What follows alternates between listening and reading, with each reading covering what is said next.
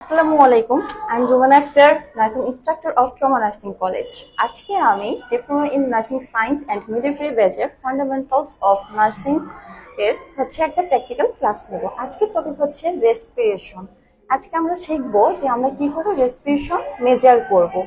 আমরা এটা জানি তো রেসপিরেশনটা কি। রেসপিরেশন হচ্ছে আমাদের মেইন ভাইটাল সাইনের মধ্যে একটা।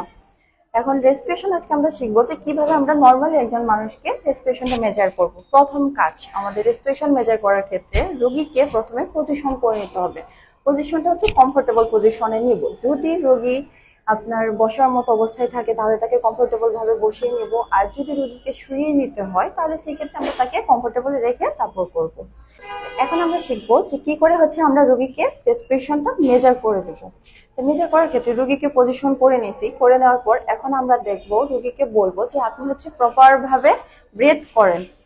রোগীকে আমরা বুঝতে দেবো না যে আমরা রোগীকে হচ্ছে রেসপিরেশন মেজার করতেছি। যদি আমরা তাকে বুঝতে দেই যে আমরা হচ্ছে রোগী রেসপিরেশন মেজার করতে, তাহলে হচ্ছে সে কি করবে, অ্যাবনর্মাল ব্রেথ নেবে। তার জন্য আমরা বলবো না, বাট এটা হচ্ছে আমরা নিজেরা অবজার্ভ করবো। রেসপিরেশনটা অবজার্ভ করা যায়। তো সেই ক্ষেত্রে রোগীকে বলবো আপনি ব্রেথ নেন। সেই ক্ষেত্রে রোগীকে ব্রেথ নিতে হবে কিভাবে ধরবো আমরা হচ্ছে রেসপিরেশনটা। রোগী একবার হচ্ছে কি করবে, প্রশ্বাস নিবে এবং একবার ছাড়বে।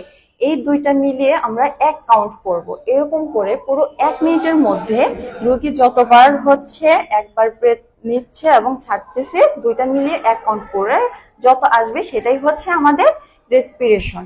এখন রেসপিরেশনের নর্মাল রেঞ্জ হচ্ছে আমরা ধরতে পারি, নর্মাল ভাবে ধরতে পারি 14 থেকে 18 বিটস পার মিনিট, মানে 1 মিনিটে 14 থেকে 18 বার এরকম ভাবে একবার প্রশ্বাস নিবে এবং একবার ছাড়বে। সেটাই হচ্ছে গিয়ে আপনার রেসপিরেশন। থ্যাংক ইউ সবাইকে। আসসালামু আলাইকুম।